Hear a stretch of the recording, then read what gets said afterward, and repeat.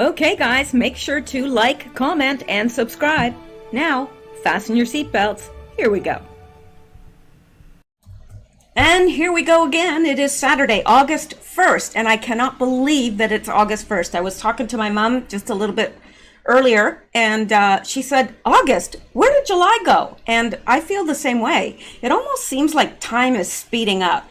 It could be just me, but are you guys feeling the same thing? Because everyone I talk to feels like time is just rushing by.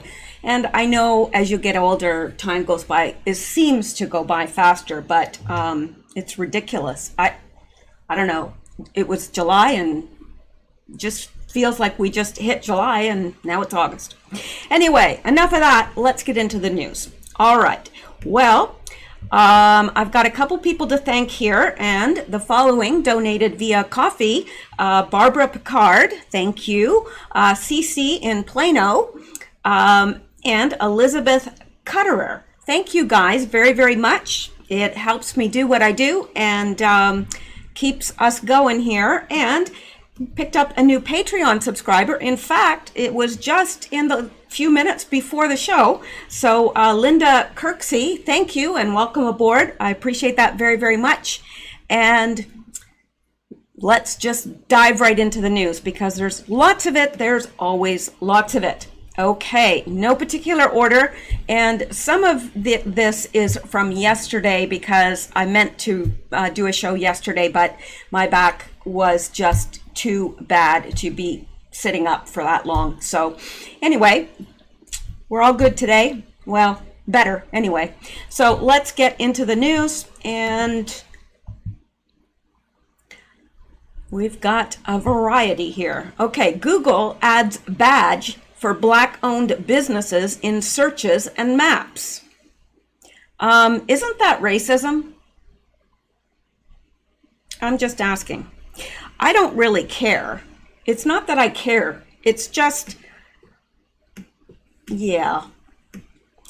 I think you know where I'm going with this. Tech giant Google has introduced a new feature that allows businesses to mark themselves as Black-owned on its maps and search products as part of its stated effort to support the Black community. Google has not stated if it will examine applicants for the badge to ensure that companies truly have Black ownership. What could go wrong? The Verge reports that the tech giant Google has launched a new tool allowing businesses to identify themselves as Black-owned in the firm's maps and search listings. The feature is part of Google's recent pledge to support the Black community with its initiatives and product ideas that support long-term solutions. When users search for a business via Google Search or Google Maps, a badge will now be displayed alongside Black-owned businesses. The badge is a black heart. Yeah, that's appropriate. A black heart, okay, over an orange three-striped background. An image can be seen here below. Well, I think that they could have come up with something a little bit more appropriate, but hey, you know, if the Black community is okay having a black heart, well, so be it. Business owners must claim their businesses on Google and verify it by mail, phone, or email before they can apply for the badge. Currently, it is unclear if Google will be able to determine if the business is actually Black-owned. Google introduced similar badges in 2018 for businesses to display if they were woman-led or friendly to members of the LGBT community. Now, I guess if they're already doing this with other things like LGBTQ and, you know, women, but, you know, where does it stop? You know, would it be appropriate to identify businesses as Christian? Well, that would put a great big bullseye on their head, wouldn't it? Anyway, I just wanted to show you this. I'm not exactly sure how I feel about it. I'm not upset about it. I mean, it's fine. It's just, I just think that we're getting to be ridiculous. And I'm not saying this is necessarily ridiculous, but, you know, I don't know. I'm having one of those days where I'm just not on top of my game tonight. So anyway, okay, let's look at this. Okay, riots continue. Portland protesters light severed pig's head with police hat ablaze. Now, I've seen several pictures of this. There is the pig head. They put this severed pig head on top of an American flag and a police hat on the top of the pig's head, and they burned the whole 9 yards there. It upsets me, first of all, to see an American flag being burned, because I love America. I don't want to see the flag burned. I don't ever want to see the flag burned. If you don't like America, then leave. There's lots of places that'll take you. My gosh, Canada will take anybody. So I'm just saying. But it also upsets me, the fact that they are portraying police in this manner. And the thing is, this is leading to widespread violence against the police. And it seems to be encouraged because nobody seems to be stopping it. Well, if they're not stopping it, then they're encouraging it. That's how I look at it.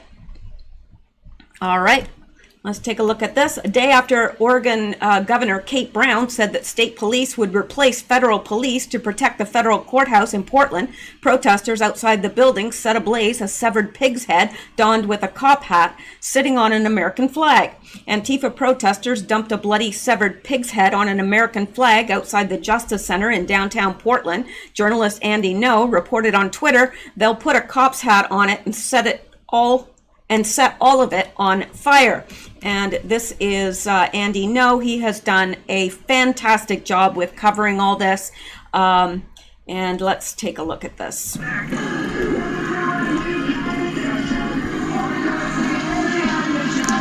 I'm going to have to do this without the sound because of that song playing. It'll get me banned. Yeah. Welcome to America. So this is what they did. And yes, it makes quite the spectacle, which is, of course, what they wanted, right? They wanted that spectacle. And they want to strike fear in the hearts of every law-abiding American citizen. It's awful. It's absolutely terrible. And I don't know. It bothers me, the pig's head, yes, because they put a police hat on it, so the message is pretty clear. But it really bothers me seeing the flag burned. I don't like that at all. And to me, burning the flag is not free speech. Maybe I'm wrong, but I don't know. And Governor Kate Brown said, I think we've had enough political grandstanding from D.C. The president's plan to dominate the streets of America's cities has failed, and today federal troops are preparing to leave downtown Portland. We will protect free speech and the right to protest peacefully.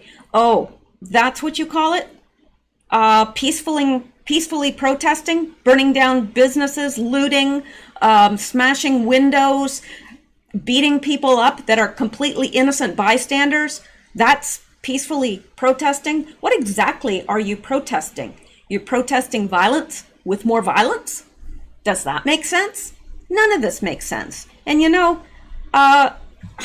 this is all planned. They're busing these people from place to place. Even some really small towns now, they're getting Antifa buses in to protest. If the people are so upset, if everyone is just all upset about this, why do they have to pay protesters? And why do they have to bus them in? You would think that if this is so widespread in America, that these would just spring up on their own organically. But no, they have to bus them from place to place to place and pay them on top of that. It's not even that these are people that want to protest and so they're being bussed around. No, not at all. They're being paid. And do you think that they would be there if they weren't? No. Some of them, yes, they would be, because they think, oh, I want to get in on that. I might score me some loot there when they break into stores or whatever. But most of these people would not be there if they were not being paid handsomely. I think they get $300 a day. That's not bad in this economy. Lots of people out of work. Lots of people would be very, very happy to have $300 a day. So, yeah, just seems odd that they have to bust these people in because, they want us to believe that it's so widespread. It's everywhere. People are so upset. But yet they have to pay people to get them upset. Doesn't make sense to me, but then very little of what is happening right now makes sense to me. All right, protests across the country sparked by the death of George Floyd. And make no mistake about it, this has nothing to do with George Floyd. It's like, don't let any crisis go to waste, right? Well, he was, and I don't even know about all of that, whether that was a false flag in and of itself. There's plenty of information that shows that could be. I don't know. But this has absolutely nothing to do with George Floyd. These people are not upset with his death at all. They're using that as an excuse. Anyway, a man who died at the hands of Minneapolis police on Memorial Day have devolved into riots where properties have been burned and looted and police have been targets of violence. The Daily Wire reported on conflicting messages from Brown, who claimed that federal police are withdrawing, with statements from the Department of Homeland Security that said no withdrawal will take place until the agency is certain that state police can adequately protect federal properties in the city. And you know what? The federal government has every right to be in there protecting federal property, no matter what they would have you believe. And this by Acting Secretary Chad Wolf, DHS. The state of Oregon is finally agreeing to cooperate with our federal forces, exactly what we asked for since the nightly violence broke out 2 months ago. We're glad Oregon is now correcting their months-long error. And he says down here, we will maintain our current augmented federal law enforcement personnel in Portland until we are assured that the Hatfield Federal Courthouse and other federal properties will no longer be attacked and that the seat of justice in Portland will remain secure. And he said, DHS will not back down from our legal duty to protect federal law enforcement officers and federal properties in the face of violent criminal behavior. And that's exactly what it is. Violent criminal behavior. These are not peaceful protesters. Peaceful protesters do not throw rocks and bottles and incendiary devices and fireworks, and peaceful protesters do not burn police vehicles and other innocent bystanders' vehicles. They do not beat people up willy-nilly. That's not peaceful protesting. For 2 months, as rioters attacked federal offices and buildings in Portland, we called on local leaders to do their job and work with us to quell violence. Finally, Oregon is stepping up. DHS surge forces will stay until we know our officers and facilities are safe. The website also reported on efforts to blame President Donald Trump for violence in cities across America and the repeated narrative in the media that protests in cities such as Portland are peaceful.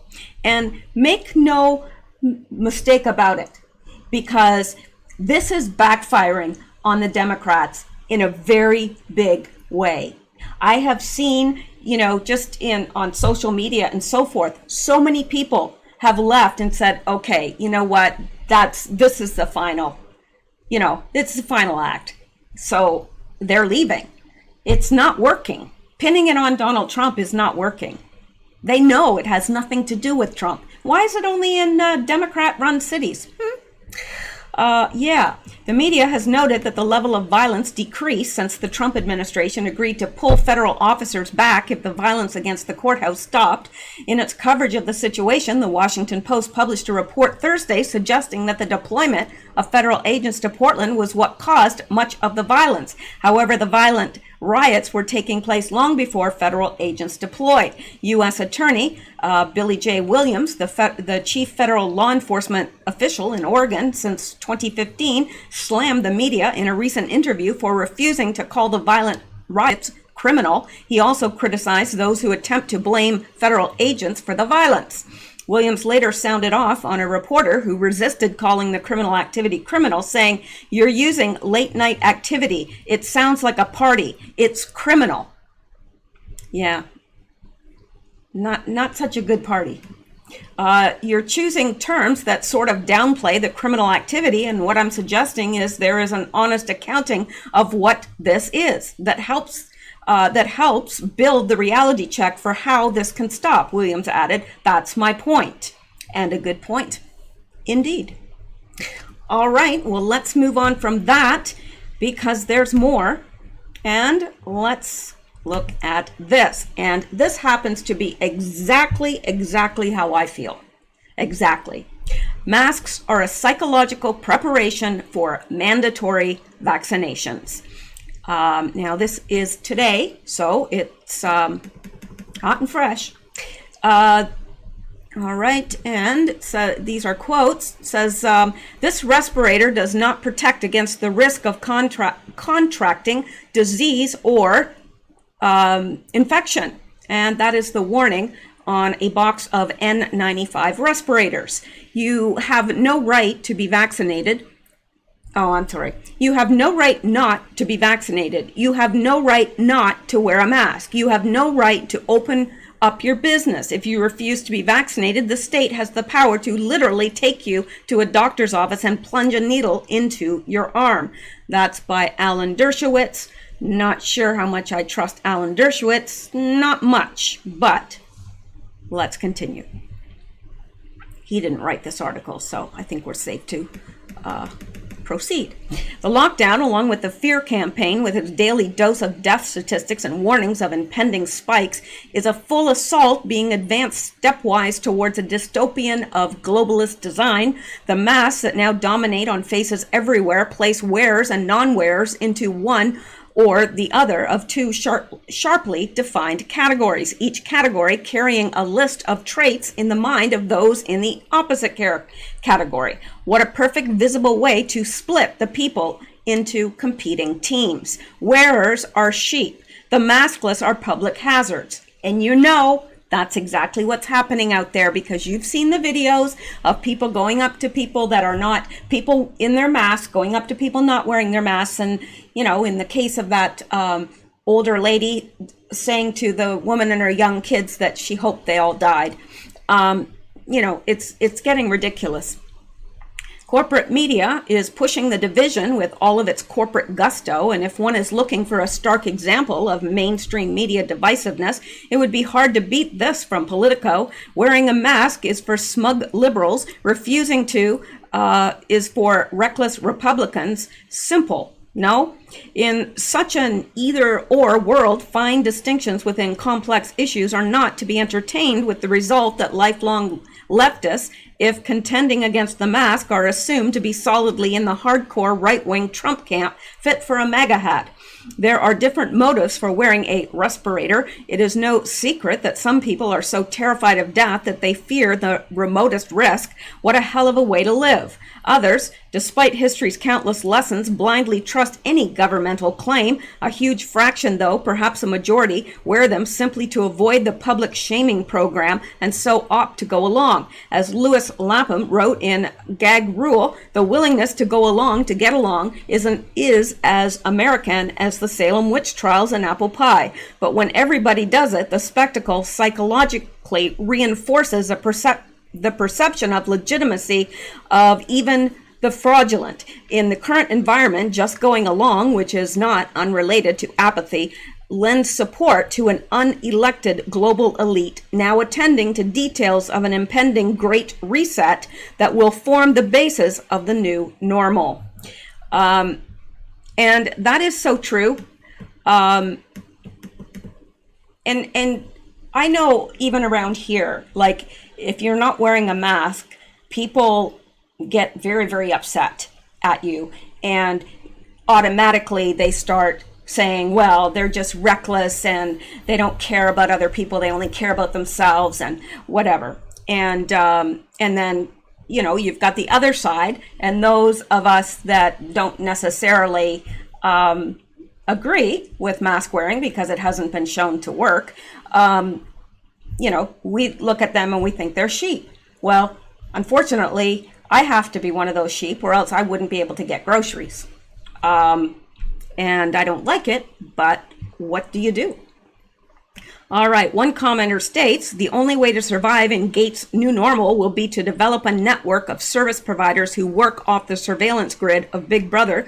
These will be small mom and pop and sole proprietors. Alas, small businesses that might serve an underground economy are, as an objective of the lockdown, failing by the tens of thousands monthly. And now, as authorities with endless financial resources can persuade the upper management of surviving chains and big box stores, what began as a guideline is hardening into an ironclad policy of no mask, no entry, no exception, that is enforced throughout a company all the way down to the minimum wage guards who see that you get masked or you are barred from buying food. Checkmate. The screws tighten every week now as Orwell's vision plays out in plain sight in workplaces and neighborhoods and on TV. Given the impact of masking on those with respiratory diseases, the no exception mandate seems a clear violation of the Americans with Disabilities Act and regulations of the Occupational Safety and Health Administration, OSHA. But during the COVID-19 offensive, neither agency is enforcing directives. Besides, how many citizens concern themselves with such details when the specter of impending death dominates daily news cycles, and how many will see conformity to governmental demands as the only logical option when the coming global digital currency makes off the surveillance grid a quaint concept of a past era? The thesis of mask versus the antithesis of anti-mask will be settled one way or another. If the public obediently accepts as a resolution of the conflict that we must be masked or be hit with fines and imprisonment, the self-appointed global elite will see that the masses yielded, conclude that they will yield again, and understand that the road is clear to their world of mandated vaccinations. Refusal to wear a mask is now being framed as making oneself a danger to others. That deception appears to have been a success, and it indicates that those in the future who take a militant stand against mass vaccinations will be depicted by the Alan Dershowitzes of the New World as walking bioweapons. In the final analysis, the choice to be vaccinated or not, like the choice to be masked or not, will be based less on one's political or social views than on the understanding and trust one has gained in a powerful government, and by extension, on a willingness to face down a government grown tyrannical. Benjamin Franklin, when asked what kind of government we were going to get, answered, "A republic, if you can keep it." Given his response, one suspects that he had doubts. If so, it appears his doubts were justified. So, all right. Now, that's a very good article, and I do believe that the masks are there to psychologically prepare us, because nobody enjoys wearing them. I don't know, if you enjoy wearing them, then there's something wrong with you, really. Nobody enjoys wearing them. I mean, the doctors in hospitals don't even enjoy wearing them, but they have to. But anyway, now, if somebody, after all these months of mask wearing, and I suspect it will go on until the vaccination is ready, then all of a sudden they say, look, you can take off your mask, just need to be vaccinated. How many people do you think will stand in line to get that vaccination? A lot. And I'm telling you, that vaccination, it's going to end up killing people. I know you're probably saying, oh, that's fear porn. No, it's not. It has not been properly vetted. It has not. It caused all sorts of medical problems in the test animals. So, and it alters your RNA. So if your RNA is altered, and then let's say you're of an age where you're bearing children and you get pregnant, would you not pass that on, that altered RNA on to the child? I would suspect you would. Anyway, that's enough of that. Let's go back and let's go to the next item. All right.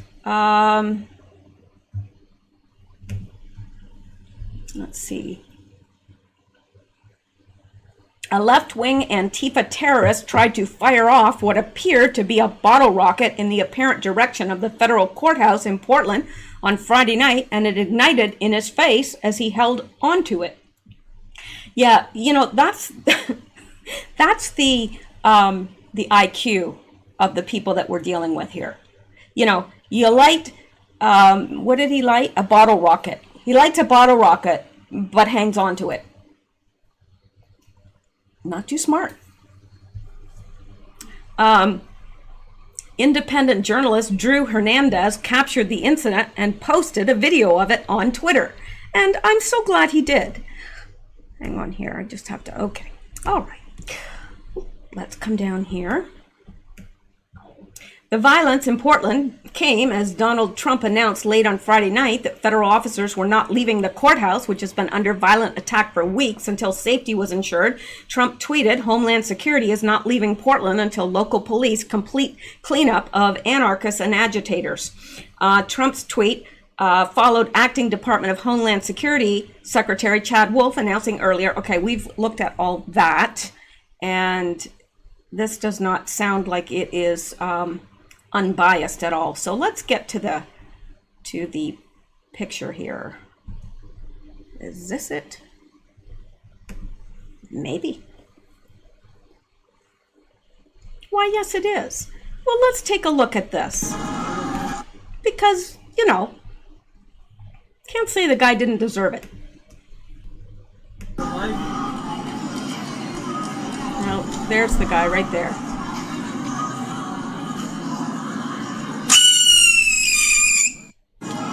Not real smart.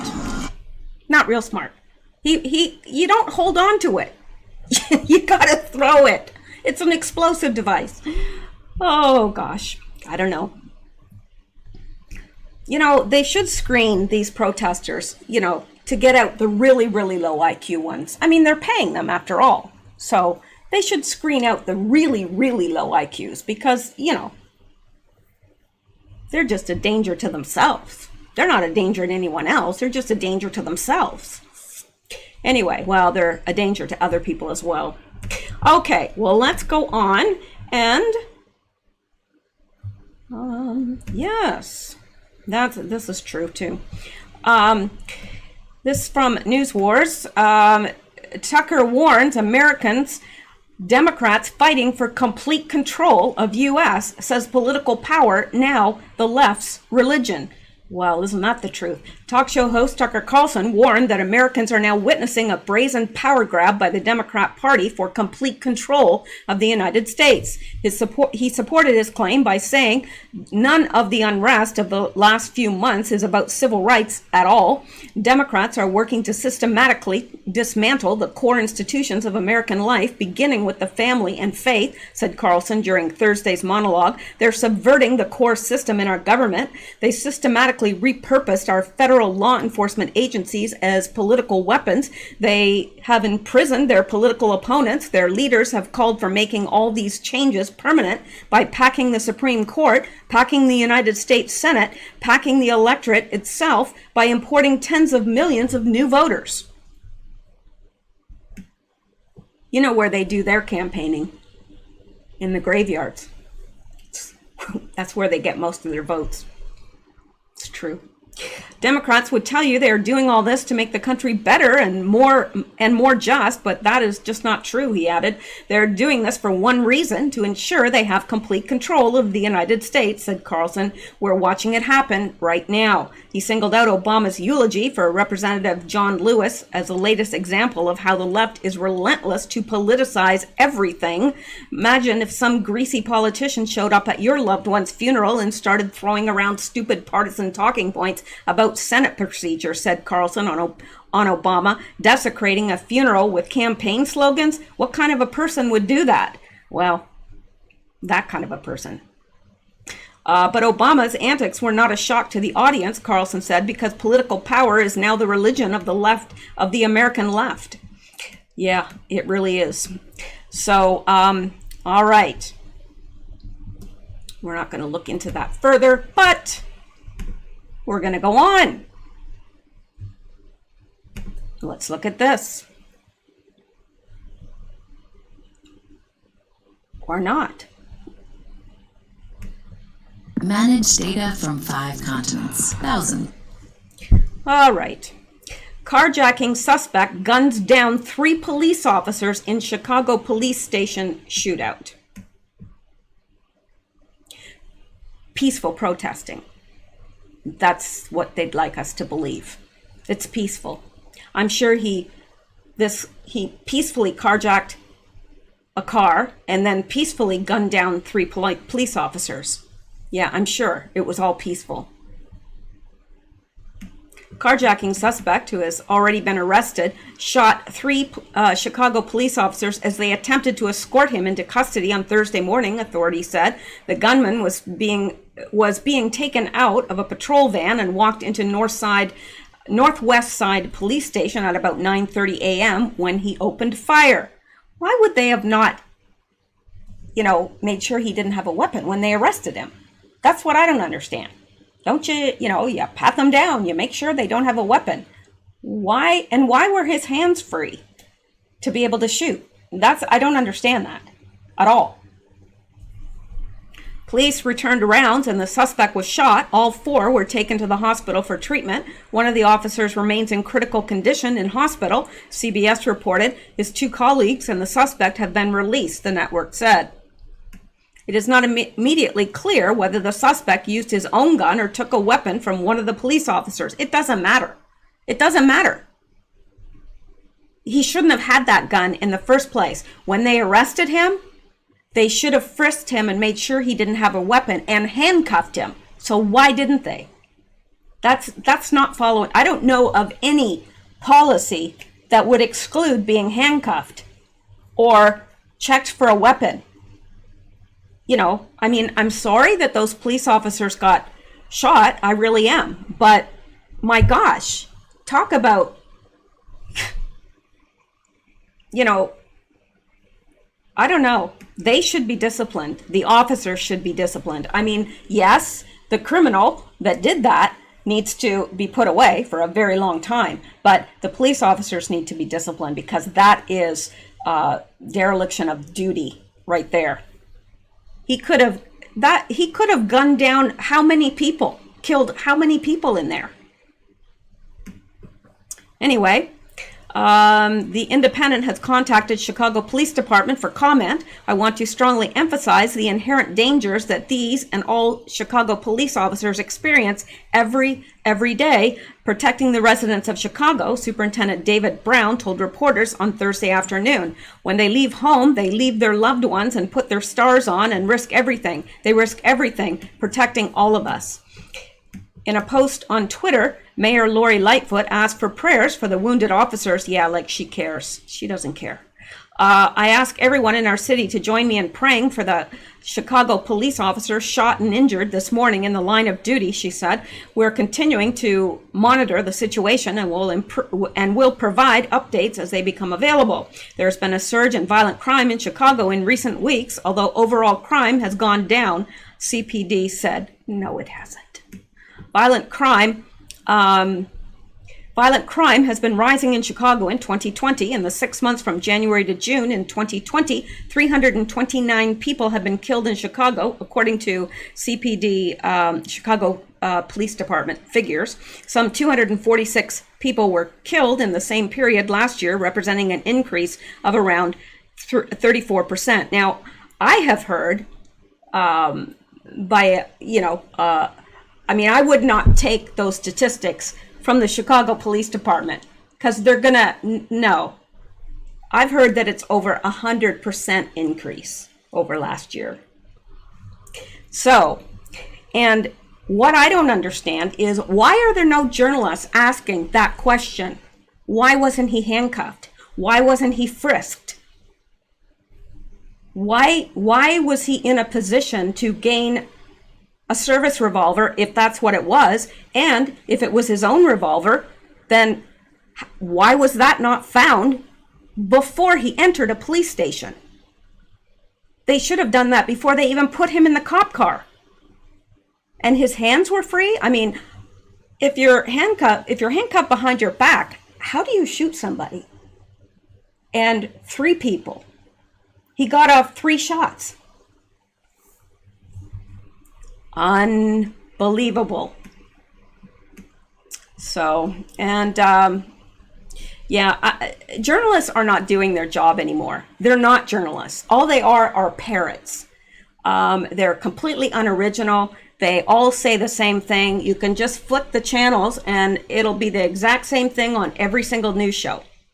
Pretty much, word for word. And nobody's asking these questions. Like, that story does not make sense to me. I'm not even sure if I believe it, because I don't know, and I did work for the police, I don't know any police officer that would take a suspect and not frisk them for a weapon. Like, that's number one. Well, first you handcuff them, then you frisk them for the weapon. So he should not have been in a position to shoot anybody. But there you go. That's what they're telling us is true. I don't know. Having a hard time believing it.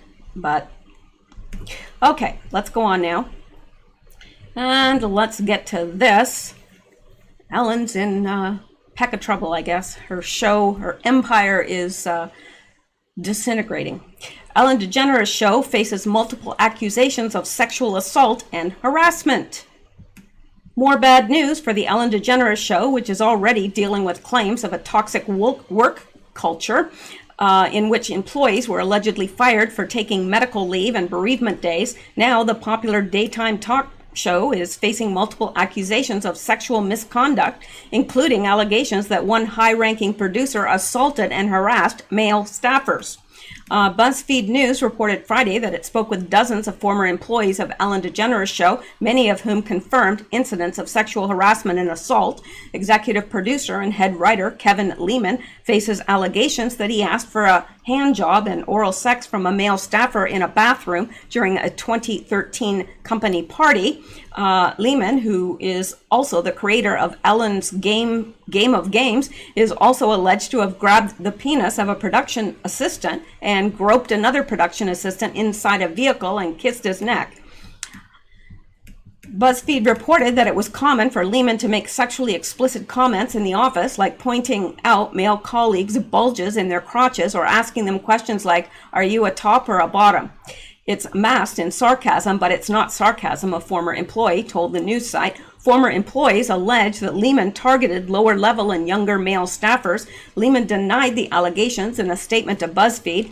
"While my job as head writer is to come up with jokes, and during that process we occasionally push the envelope. I'm horrified that some of my attempts at humor may have caused offense," he said. "I have always aimed to treat everyone on the staff with kindness, inclusivity, and respect. In my whole time on the show, to my knowledge, I've never had a single HR or interpersonal complaint made about me, and I am devastated beyond belief that this kind of malicious and misleading article could be published." Yeah, I don't think that he said those things out of humor. BuzzFeed said that all of the ex-employees it interviewed asked to remain anonymous out of fear of retribution, and that many of them had voluntarily left the show. Co-executive producer Jonathan Norman faces an accusation that he tried to perform oral sex on a male employee. What do you mean tried? The former employee claims Norman groomed him over a period of time by taking him to concerts and other work-related perks, and then one night attempted to fillet him. 3 of the employees, former colleagues on the show, corroborated to BuzzFeed that he told them about the incident at the time and that they have discussed it in the years since. 5 former employees claimed executive producer Ed Glavin targeted women by touching them in a way that made them uncomfortable, including rubbing their shoulders and back, as well as placing his hand around their lower waist. Dozens of former employees also said Glavin ruled the office through fear and intimidation. One former employee told BuzzFeed that they turned in their notice. Glavin flipped over a table and chair while screaming. 5 former employees also claim they saw Glavin use a button at his desk to remotely shut his office door as an intimidation tactic during reprimands. Glavin has reportedly been fired, according to a separate report from The Hollywood Reporter this week. Ellen DeGeneres apologized to her staff this week in an internal letter obtained by the reporter. "As we've grown exponentially, I've not been able to stay on top of everything and relied on others to do their jobs as they knew I'd want them done. Clearly, some didn't," she wrote. "That will now change, and I'm committed to ensuring this does not happen again." but former employees told BuzzFeed that they're not buying Ellen's apology. For someone who's so involved in the show and the creative aspect, and having been in those meetings with her, it's very hard for me to wrap my head around the fact that she doesn't hear the same whispers, one former employee who worked closely with Degeneres told BuzzFeed, unless she really is just in this bubble.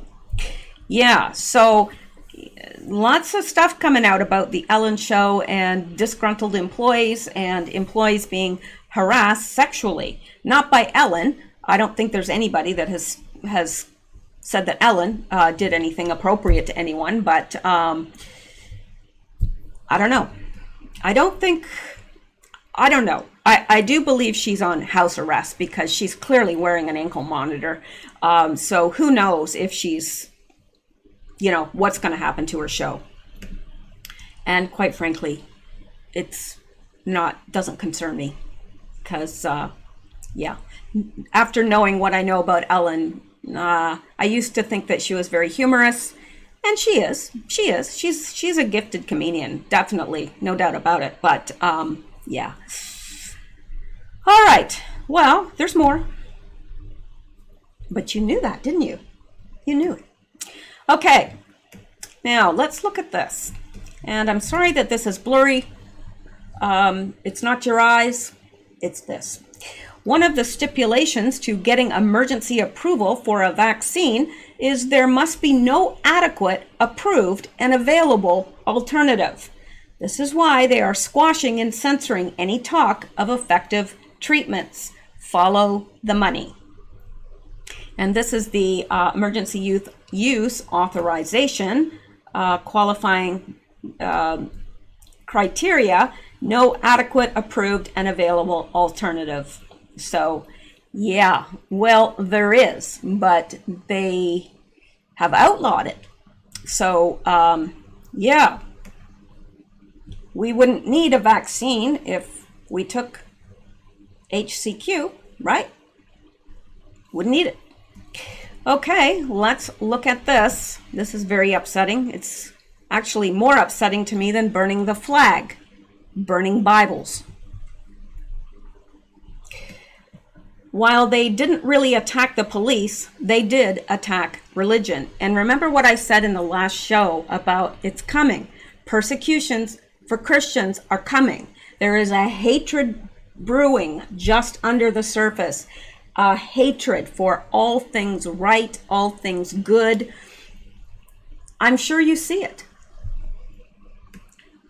Left-wing activists bring a stack of Bibles to burn in front of the federal courthouse in Portland. And let's look at this. There's no sound. But that's what they're doing. It's awful. I don't know what burning the Bible has to do with protesting against police brutality.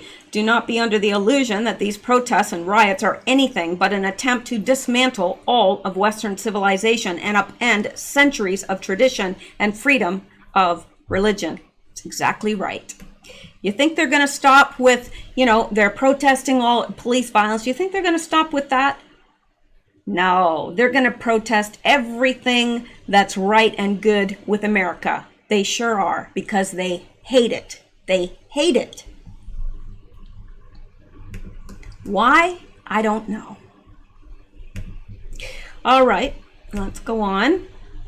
And, oh yes, we've got to look at this. Gretchen, that's a perfect name for her, being the Nazi sympathizer that she is.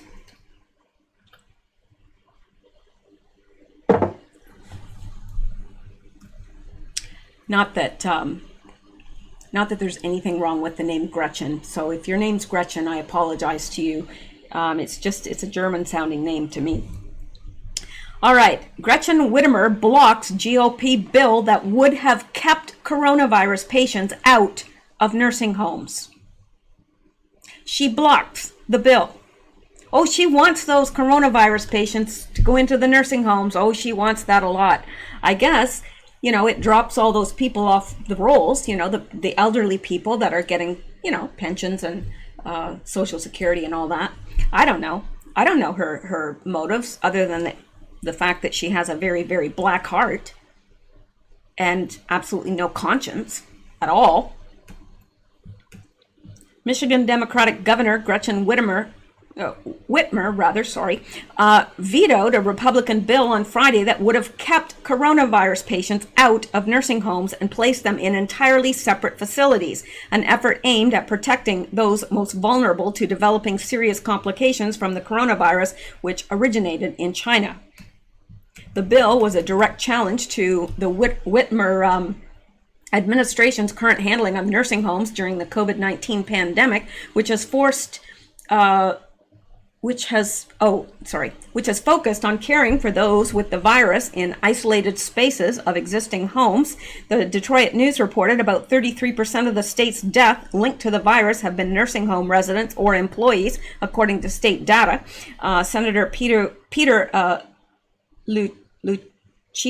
Lucido blasted Whitmer's decision to not take more action to protect vulnerable seniors in nursing homes, which account for more than 41% of the country's pandemic fatalities, according to the New York Times. I am very disappointed and saddened that the governor vetoed this extremely important and common sense legislation, Lucido said in a statement. Politics should not prevail over the health and safety of our seniors and healthcare workers, and I urge my colleagues in the Senate and House to consider passing a veto override. We owe this to our citizens, especially the seniors and vulnerable members of our communities who cannot speak for themselves.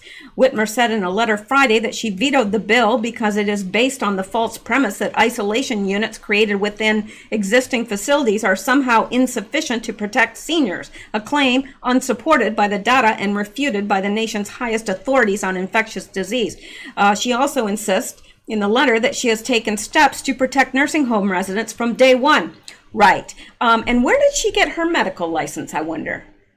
Yeah, I wonder, oh, that's right, she doesn't have one. Yeah, why would you not? I mean, clearly she's a liar. Clearly, because 33% of the deaths have come from nursing homes. So what she's done has not protected them at all. And she vetoes a step that really would protect them. Because I guess having dead seniors makes her very happy. I don't know. Why? I mean, it's common sense. A child would know better than to put an infected person in with a bunch of vulnerable senior citizens. But not her. Not her. Whitmer faced criticism in late May after her husband reportedly sought special treatment in trying to get his boat placed on the water in an area of the state that she specifically urged people not to go to if they did not live there. The Daily Wire reported Whitmer's office initially responded to the controversy by saying that they do not discuss matters related to her family and dismissed the story as a rumor. Yeah, right. And we believe her. However, after backlash continued to mount, Whitmer finally addressed the situation and claimed that her husband was just joking. Okay. Whitmer also stonewalled efforts from Republican members of Congress to testify about the significant coronavirus death toll among nursing home residents in her state. Whitmer, who said in mid-May that those who were protesting must adhere to social distancing guidelines, were caught not social distancing while marching with Black Lives Matter activists. Whitmer said of anti-lockdown protesters during an interview on May 13th, they are congregating, they are not wearing masks, they are not staying 6 feet apart, and then they go back home into communities, and the risk, the perpetuating the speed of COVID-19 is real. We've seen it happen, and that's why I respect people's right to dissent. They need to do it in a way that is responsible and does not put others at risk. Anyone who is contributing to people not observing best practices and endangering others is undermining all that work and run the very real risk of a second wave. Photos then emerged of her not social distancing during the protests in early June. Yeah, it's kind of do as I say, not as I do. And, when she was asked the first time about her husband, inquiring about putting his boat in to a place that was not, people that didn't live there were not allowed to put their boats in there. Okay.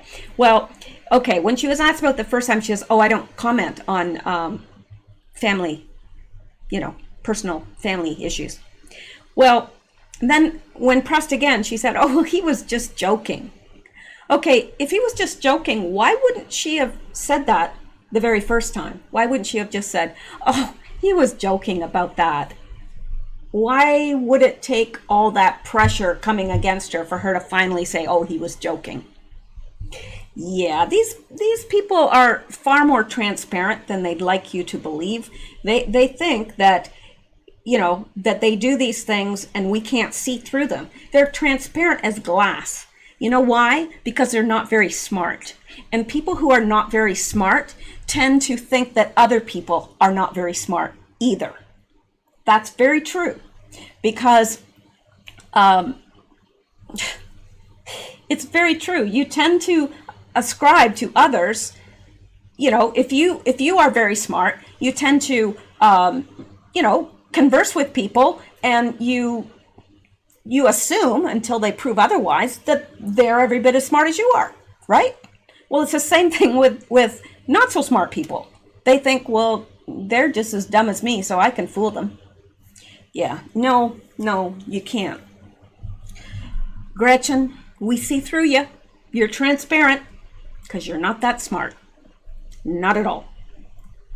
You think you are. You're manipulative. You're manipulative, but not smart. All right. Okay, let's go here because we can. Google reportedly has diminished Breitbart search results 99.7%.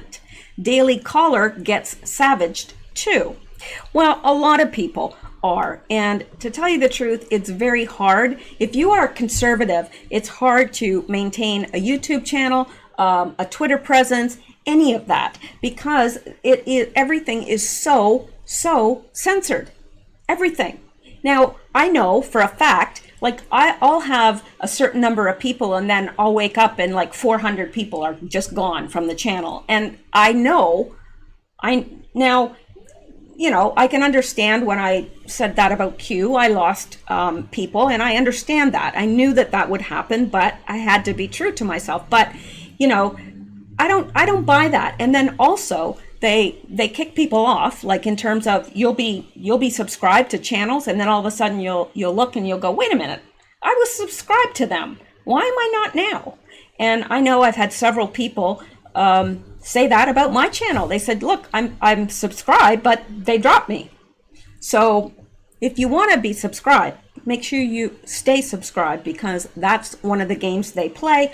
Also, they don't recommend your videos. They shadow ban you. The list is endless. It's very, very difficult for conservative news sites, conservative websites, conservative channels, whatever. It's not an easy time right now anyway. And I don't know. I'd like to think that it'll change, but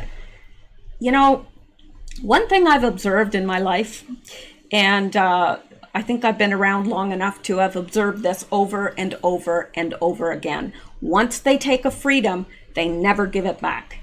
Can you think of any freedom they've ever taken and then given it back? Because I can't.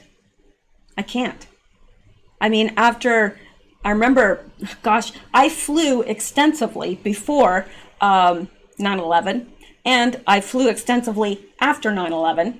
And before, getting on an airplane was nothing. And then after, I remember thinking, this isn't going to go back to normal. It's not going to go back to normal. And it hasn't. Everybody kept thinking, oh, well, this is just, they need to be sure. And look, I appreciate it. I do want security. I don't want to be in an airplane with somebody that's got a weapon or whatever. But yeah, well, you know where I'm going with that. So, okay. At Wednesday's House Subcommittee hearing on Big Tech, Ohio GOP Rep.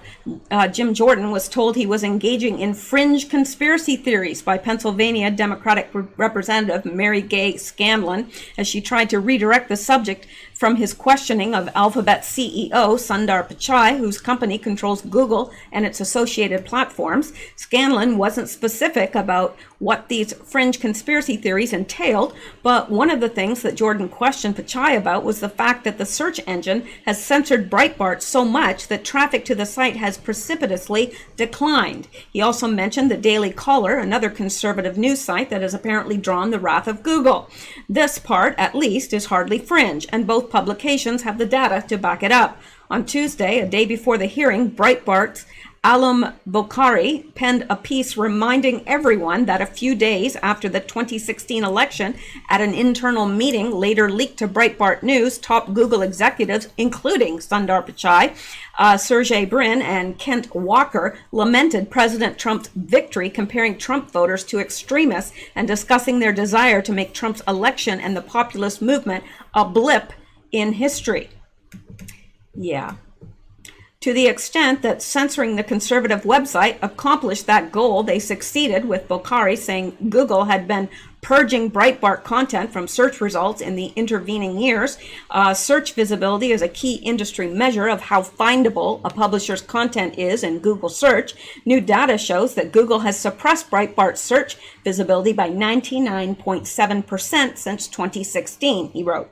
On April 4th, 2016, Breitbart ranked in the top 10 search positions on the first page of Google search results for 355 key search terms, but now, as of July 20th, 2020, Breitbart ranks in the top 10 search position for only one search term. And on April 4th, 2016, Breitbart ranked in the top 100 search positions for 16,820 key search terms. But now, as of July 20th, 2020, Breitbart ranks in the top 100 search positions for only 55 search terms. Moreover, organic Google search traffic to Breitbart, measured by unique visitors, is down 63% when comparing the first half of 2016 with the first half of 2020. Daily Caller editor-in-chief Gregory Ingersoll noted a similar effect too, retweeting a clip of Florida GOP Representative Matt Gaetz saying that Google had manually altered certain search results. And they have. They've now admitted it, that they do that. So Ingersoll derided Google's excuse that the Daily Caller ended up on some blacklist because of some compliance partnership with law enforcement to stop extremism or election interference. The Daily Caller also discovered a similarity with Breitbart's experience, namely that their search visibility had declined precipitously since May 4th, the same date that Breitbart noticed a downward trend in traffic for search terms related to Joe Biden. And what we've been experiencing since at least last year culminated just this past May with an absolute annihilation of our search traffic. This isn't a harebrained, half-baked conspiracy or another verbal testimony from some whistleblower. It's hard numbers. Google's own numbers, in fact, Ingersoll told Breitbart. I had my tech guys dig in, and the analytics show that first we were quarantined from the general population, then later basically all but shut out of search. The reduction was stark from May 3rd to the very next day, May 4th. The idea that the discrepancy can be dismissed as an algorithm update is obscene. Like your graph shows and our internal audit shows, the presence of a human hand tipping the scales is unmistakable. The night before the hearing, Breitbart editor-in-chief Alex Marlow appeared on Fox News' Tucker Carlson Tonight to discuss Google's political interference. In the segment, Marlow said that in May of this year, we virtually lost all Google traffic, all search traffic altogether. Let me give you some specific pieces of data. A Google tracks something called a visibility index. This is sort of like their Nielsen score. That's when your content shows up on one of their pages. Breitbart is down 99.7%. Overall, our Google traffic is down nearly 2/3. If you want to search for Joe Biden or Biden, the chance of you getting a Breitbart article are virtually zero. virtually zero, Tucker. It's virtually no opportunity for you to get it unless, of course, you add the word Breitbart, which explains what's left of our Google traffic, he said. Naturally, we looked at other outlets to see if there's a pattern. Of course, we have more access to our own data, but we compared the top 50 or so top publishers, and we found that 8 out of the bottom 10 when it comes to Google search are right-of-center outlets. That includes Fox News and even the Daily Caller as one of 2 outlets that actually somehow performed worse than Breitbart. And what's Google's explanation, if not some sort of politicized human interference? They won't tell us specifically why. They only provide vague talking points about things that are way out of control, that are non-specific, are totally subjective, Marlowe said, adding he thought this is 100% about the 2020 election and controlling the narrative and controlling what people read. Now, I'm not going to read all the rest of this because that gives us the gist of what we need to know here. But yeah, you can ask anybody, I don't care who they are, unless they're a shill.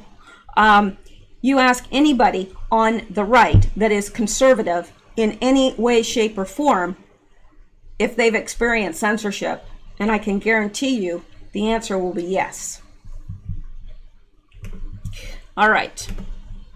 Now I can't miss this article. I just can't. Zombie cicadas. I mean, the murder hornets weren't enough. Now we have zombie cicadas. All right, zombie cicadas infected with mind-controlling fungus return to West Virginia. Be afraid, everyone. Be very, very afraid.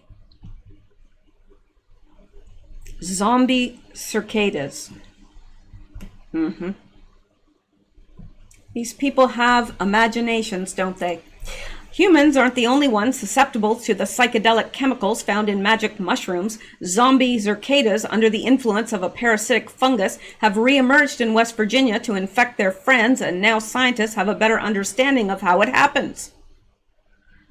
Nothing better to research, people? I don't know. Researchers from West Virginia University recently saw the return of these bizarre creatures, which are infected with a fungus called Massospora. According to a study published in the journal PLOS Pathogens, the fungus manipulates the insects to unknowingly infect other cicadas, rapidly transmitting the disease to create a zombie army of sorts. Zombie armies of cicadas. And murder hornets. And what else do we need to be afraid of? COVID. Be afraid of everything. That's the way they want us. They want us afraid of everything. Anyway, when a male cicada is infected with Massospora, researchers found it flicks its wings like a female. Oh, now we got transgender cicadas now. Next, they'll be wearing little skirts and wearing wigs. Makeup. When a male cicada is infected with Massospora, researchers found it flicks its wings like a female, a known mating call. This behavior attracts healthy male cicadas, facilitating the spread of the fungus, which contains chemicals including, I can never pronounce this, it's the stuff that is in magic mushrooms, found in hallucinogenic mushrooms. Just how the disease manipulates its host and spreads is just the most recent discovery following decades of research on Massospora. I mean, there's people dying of cancer and all sorts of things, and this is what they're spending money researching? Zombie cicadas? Really? Call me when it spreads to humans. The findings show the parasite functions in part as a sexually transmitted infection. Oh, those randy cicadas! Oh, they're randy little boys. They're just spreading it. Sexually transmitted disease. Magic mushroom disease, I guess. I don't know. There they are. Essentially, the cicadas are luring others into becoming infected because their healthy counterparts are interested in mating. Co-author Brian Levitt, a postdoctoral researcher with the Davis College of Agriculture, National Resources and Design, said in a press release this week, the bioactive compounds may manipulate the insect to stay awake and continue to transmit the pathogen for longer. hence the zombie. I don't know. The team researched infected cicadas that returned to southwestern West Virginia earlier this year, while periodical cicadas only come out every 13 or 17 years. The timing is staggered in different locations, making it easier for researchers to study their behaviors. You know, I just wouldn't want to have to tell people what I did for a living if I was a researcher of zombie cicadas. I really wouldn't. Researchers describe the gruesome details of the fungus process as a disturbing display of B horror movie proportions. The spores eat away at the genitalia, butts, and abdomens of the cicadas until they eventually fall off, replacing them with fungal spores. A brutal process for the insects, which just spent more than a decade underground. Don't cicadas only live one day? So, I thought they did. I always heard that they're underground and they come out and they mate and they die. That's what I understood. Have I been lied to about cicadas? And am I the only person that doesn't know? I hate it when spores eat away at your genitalia, butts, and abdomen. I hate that. And then just eventually fall off. Nobody likes that. The cicadas begin to decay. But rather than immediately die, they fly around and infect others because of the infection's mind-controlling abilities. Ooh. The insects appear to behave as if nothing is wrong because they're zombies. They don't know. Lovett described the process as wearing away like an eraser on a pencil. The fungi are similar to rabies. Both enlist living insects to do their bidding, researchers said, in a process called active host transmission, which is a form of biological puppetry. Hence the name, zombies. Who knew? Maybe we are going to have a zombie apocalypse. It just won't look like we think it's going to look. It's going to be cicadas everywhere, with rotting genitalia, butts, and abdomens. And I don't want to be, if they're flying around there and their butt falls off, I don't want it in my hair. I'm just saying. Since we are also animals like insects, we tend to think we have a complete control over our decisions and we take our free will for granted, Lovett said. But when these pathogens infect cicadas, it's very clear that the pathogen is pulling the behavioral levers of the cicada to cause it to do things which are not in the interest of the cicada, but is very much in the interest of the pathogen. Well, and look, they've even demonstrated it. Yum. Oh. Lovett and his co-author, I know, you're probably thinking, why is she reading this? Because I'm enjoying it. And gosh darn it, I deserve to be happy. Anyway, researchers are not sure when in their life cycle they encounter the fungi. Not such a fun guy. Fungi, not a fun guy. It's possible that cicada nymphs could encounter Massospora before emerging from the ground after 17 years to molt into adults, or on their way underground before feeding on roots for 17 years. The fungus could more or less lay in wait until its host, inside its host for 17 years until something awakens it, perhaps a hormone clue, where it possibly lays dormant and asymptomatic in its cicada host, Casson said. Well, you know, there's no need to be concerned. Well, then why are we reading this? There's no need to be concerned about being infected by the zombies unless murder hornets or mosquitoes. These zombie cicadas are generally harmless to humans, researcher said. They're very docile. Oh, look at the little cicada. I don't know. How did they know they're very docile? What, did they have a scale? Oh, that's an aggressive one. This one over here is docile. Come on, people. You have way too much time on your hands. They're very docile, Lovett said. You can walk right up to one, pick it up to see if it has the fungus, a white to yellowish pug on its back end. Now, why would I want to do that? Why? Why would I do that? And set it back down. They're not a major pest in any way. They're just really interesting, quirky insect that's developed a bizarre lifestyle. Due to their relatively slow rate of reproduction, the fungus does not present a major threat to the cicada population overall, but scientists still hope to discover how the pathogen developed and how it may be evolving to further terrorize other insect species. Beware the zombie cicadas. Okay, well, that was interesting. All right, let's go back. I know, with so much news to bring, why do I waste time on zombie cicadas? Cicadas, right? Yeah. We don't have them up here, but down south, woo, when they come out and they start a buzzing, it's all you can hear at night. All right. Pelosi and Schumer. Doesn't that sound like the beginning of a joke? Pelosi and Schumer walk into a bar and, well, it does, sort of. Pelosi and Schumer blocked desperately needed unemployment payments, which is so terrible, especially since they fully understand that it was not the workers' fault that they are unemployed. It's the fault of China. Yes, yes, it is. Oh, and here's another very interesting, if not gruesome, story. Come on. Tenant arrested for allegedly decapitating landlord with a sword over rent dispute. Well, I guess he's not going to have to worry about rent now, is he? He's going to get 3 hots and a cot for life. Yeah. Jerry David Thompson of Hartford, Connecticut was arrested and charged with murder. Well, I should hope so. There he is, right there. He doesn't look like a murderer, but you can never tell. I mean, look at Ted Bundy. You know, he looked like a regular guy, smart, good looking. You just don't know.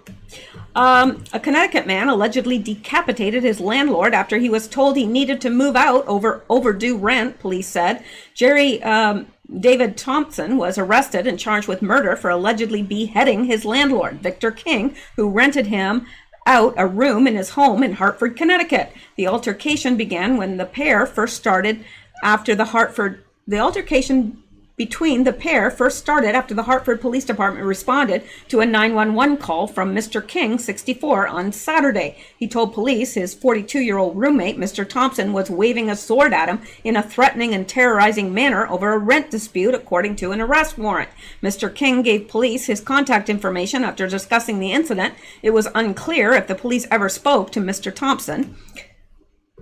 The police received a call from a neighbor and a separate friend on Sunday asking for a wellness check on Mr. King, as they were both worried about his safety. Police entered the residence on Sunday afternoon to discover Mr. King dead with his body badly slashed and covered in bloody bedding. A medical examiner suggested Mr. King's injuries were consistent with a large-edged weapon, according to CNN, and noted lacerations to the landlord's right arm, upper chest, and across the neck, causing decapitation.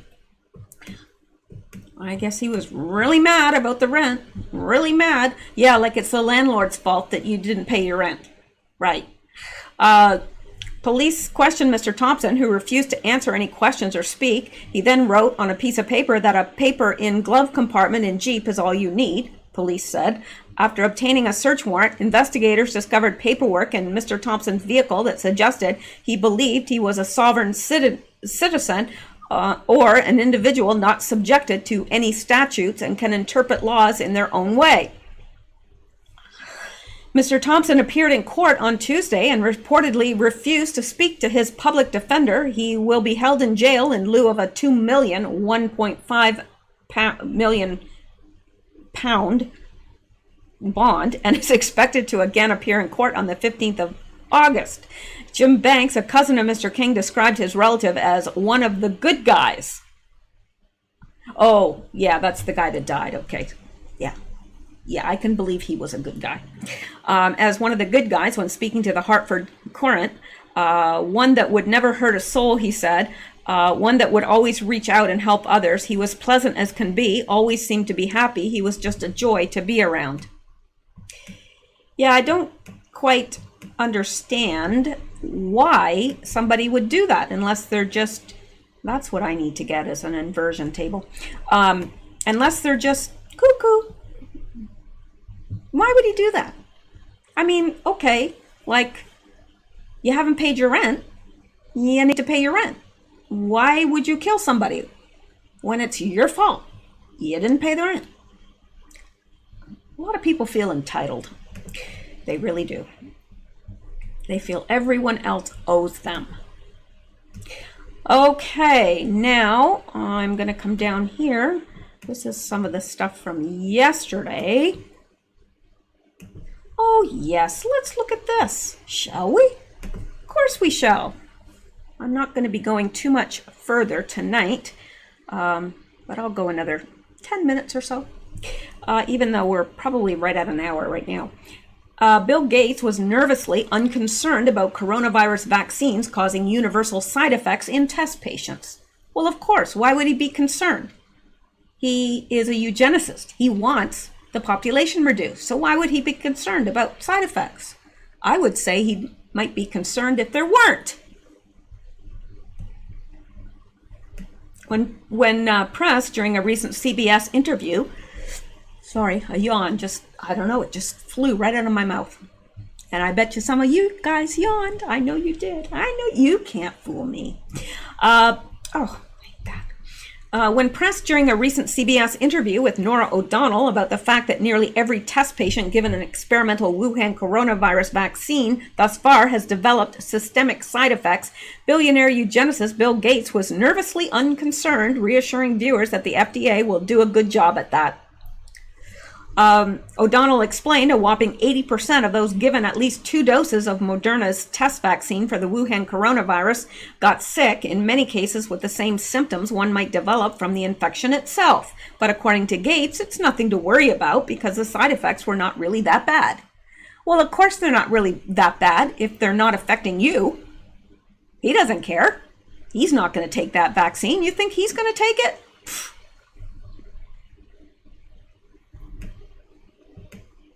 The FDA, not being pressured, will gulp, look hard at that. A squirmy Gates, obviously uncomfortable, responded to O'Donnell's questions about whether or not the vaccine is safe.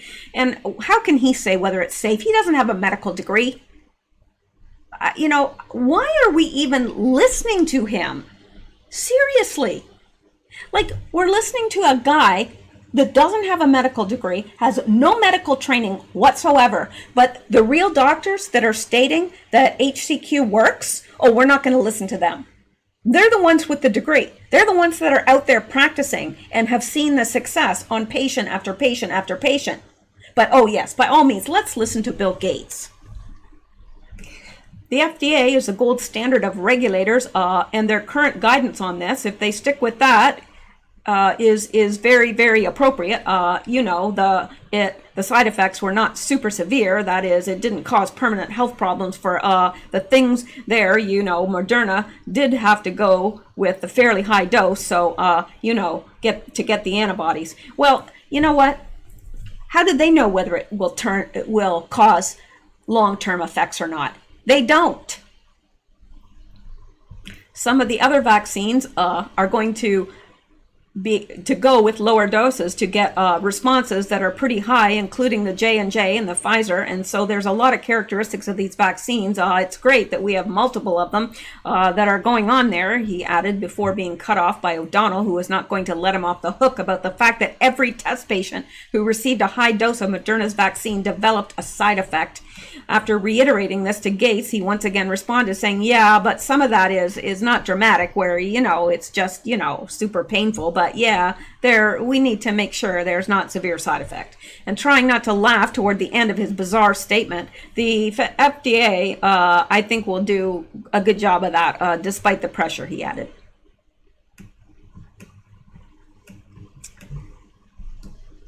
Bill Gates admits that none, zip, nada, not, zero.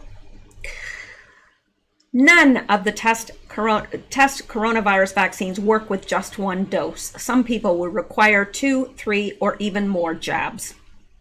Well, I'd like to jab him right in his hinder parts. All right. When further asked how many doses of the vaccine people will need once once one is released, Gates responded that none of them will be adequate with just one jab. Most people will need two, and sometimes it takes more, particularly in the elderly. For this reason, Gates wants to jam-pack the studies with as many elderly participants as possible in order to give us that data. Yeah, you just want them to die. To sum it all up, experimental Wuhan coronavirus COVID-19 vaccines are harming people left and right, but it's not a big deal because at least they're not dying, according to Gates. And when these same vaccines are ultimately released to the general public with the FDA's blessing, people will have to go get 1, 2, 3, 7, or 20 of them. Nobody really knows in order for them to work. Why has nobody asked him how much money he is making from this? Yeah, that would be a good question, wouldn't it? But you know, there is not one reporter on the face of this earth, not one that anybody would listen to, because you know, they'll make darn sure that if somebody does ask that, it'll never see the light of day. But why hasn't one of these professional journalists asked how much money he's making from this? I'm not a body language expert, but this guy is lying, wrote another. Any criminal defense attorney will tell you that people who give long, rambling, and confusing answers to straightforward questions are lying. Gates is hiding a lot of info. No kidding. Why wouldn't he? Truth is not on his side, is it? He has to lie. Okay. Yes, and the, well, let's look at this. Frontline ER doctor from viral video fired from job.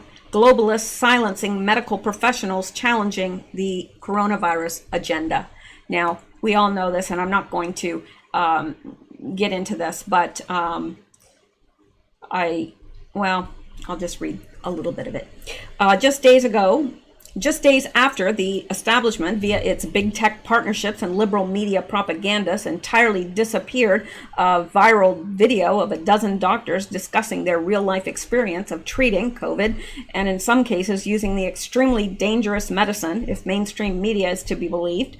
I'm not going to mention that medicine, because I will get, censored. And getting children back to school, the founder of America's Frontline Doctor, Dr. Simone Gold, has been fired from her job as an emergency medicine specialist in Los Angeles, California. As we previously noted in the video, Dr. Gold said, "We're here because we feel as though the American people have not heard from all the expertise that's out there all across our country." She is also head organizer of an open letter signed by more than 600 doctors calling on President Trump to end lockdown. The letter described widespread state orders keeping businesses closed and children from school as a mass casualty incident with exponentially growing health consequences. So, yeah.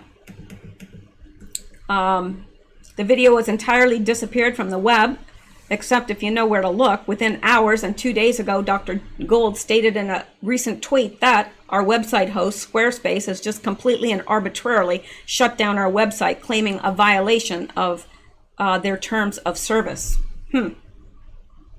Yeah. Anyway, I am going to leave that at that. And I shouldn't have taken so long with the zombies or cicadas, but you're a better person for having learned that, aren't you? All right. Let's see what else we can cover here. Let's look at this. No, really, let's. Kevin Faulconer, this is unbelievable, and he is responding to this. So let me read this first down here. Yikes. This by Jeremy B. White. Yikes, officials warn of 8,000 plus inmate releases that prisoners were recently freed with little notice to local authorities and without appropriate transportation or quarantine housing, and in some cases, no clear indication they were virus free. Kevin Faulconer replies and says, "This is unbelievable. State inmates get COVID, they're transferred to a larger prison without adequate testing. It sparks a huge outbreak, and now 8,000 prisoners are being released into communities while still potentially infected. None of this is appropriate or acceptable. It doesn't matter what the public thinks at all. They're going to do what they're going to do, and that's what they're going to do. It doesn't, I don't know how we stop this. I really don't. I wish I did. You know, I really honestly at this point think that if everybody in America stood up, they'd still do it. Somehow. All right. Well, let me see. Let me see if there's any other thing that I can just touch on before I go. And, oh yes. This is important. This will be the last item for the night, and I will be back, but not tonight. All right. Antifa militia group encounters Facebook follower, Antifa militia group encourages Facebook followers to shoot federal agents in the face. Can you imagine? I could never, first of all, I don't think I could ever shoot somebody in the face, even if I was, if they broke into my home and they intended to do me harm, yes, I could shoot them, but I don't think I could shoot somebody in the head or the face. I would shoot to stop them, but I wouldn't want to kill anybody. It might happen, and, I know if somebody's breaking in, they don't have good intentions, and they would deserve to be shot, but still. Over the weekend, there were multiple shootings at mostly peaceful demonstrations. Yeah, peaceful, right? Across the U.S. In Louisville, Kentucky, 3 members of the Black Nationalist Militia Group, NFAC, and you know what that stands for, not effing around, were injured due to coalition, not effing around coalition. Were injured due to a negligent discharge from one of their own members in Aurora, Colorado. A mostly peaceful demonstrator who was blocking traffic opened fire on motorists who did not stop and wait to be assaulted by the mob. In Austin, Texas, an armed Black Lives Matter protester was killed after allegedly pointing his gun at a motorist who then shot the protester in self-defense. These tragic shootings follow an ongoing campaign of agitation, targeted political violence, and organized insurgency. And while DNC leaders like Congressman Nadler claim the violence is just a myth, it is unquestionably escalating in frequency, intensity, and organization. The latest example of this escalation comes from the Columbia, South Carolina-based far-left militia group, Civil Defense Corps. According to their website, they are actively recruiting former infantry and will be using these armed reserve units to investigate hate crimes and threats against minorities, as well as the LGBTQ community. The group claimed to be 501c3 and even had a somewhat formal application process. In addition to general employment information and political references, there are 4 questions in the for the applicant. The first 2, are you comfortable around firearms, and what is your opinion on MAGA? Sure, they'll get the cream of the crop there. Yeah. Unfortunately, this group does not stop at just recruiting armed anti-Trump extremists. They also actively use their social media accounts to coordinate offline harm. In a recent Facebook post archived, they encouraged their followers to shoot federal agents in the face. Yeah. It is the duty of the strong to protect the weak. And they spelled weak wrong. I'm telling you, these people are not mental giants. They're mental midgets. And really, that's an insult to midgets everywhere, really. And you know what? I don't know. Anyway, it is the duty of the strong to protect the weak. And it's spelled like days of the week instead of week. Deadly force should be used to protect the people and self from tyranny. Shoot him in the face only because they wear armor everywhere. Yeah. And why aren't these people censored? I'd like to know that. On their Instagram page, they openly flaunt their proclivity towards militancy and their affiliation with the domestic terrorist movement Antifa. The Facebook archive of the leader of the militia group, Walid Hakim, is littered with communist iconography and Black Lives Matter logos, and after encouraging his Facebook followers to shoot federal agents in the face using his Civil Defense Corps account, he later used his personal account to encourage people to attend an upcoming protest at South Carolina Law Enforcement Division in downtown Columbia, South Carolina. Yeah, they're encouraging these people to shoot federal agents, but where are these people going to be when you follow their advice and you're put in prison? Are they going to come bail you out? Are they going to help you in any way? No. Remember when your mom used to say, well, if so-and-so jumped off a bridge, would you jump off a bridge too? I used to make her mad because she'd say, well, if someone jumped off a bridge, would you jump off a bridge too? And I'd say, well, I might. She didn't like that. Don't talk back to your mother. All right. So anyway, so what else do we know about this group? Well, they have generated some local press in which they were referred to as leftist peace group. Right. Yes. They'd like to peacefully shoot people. And they claim to have the vocal support of the mayor of Columbia. I doubt that. The mayor's office did not immediately respond when we reached out to confirm his support of this far-left militia group. Well, you never know, because I don't know if he's the mayor is a liberal. If he's a liberal, he probably does support it. We're glad to have the vocal support of our Columbia mayor, Stephen Benjamin. Oh, well, there he is, so maybe he does. Who knows? So there you go. Peaceful. Yeah. It's like, anyway, I'm not going to get into it. All right. Well, that is it for tonight. And I thank you guys for listening. I appreciate it.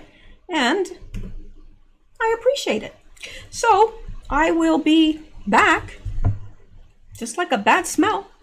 I'll be here. So you guys have a wonderful night. Stay safe, stay well, stay blessed. And if you like the content and you listen to us regularly, why not support us via Patreon or Coffee or just pray for the channel. That's great support. It doesn't get any better than that. So thank you guys. I appreciate you all, and I will talk to you later. Have a good evening.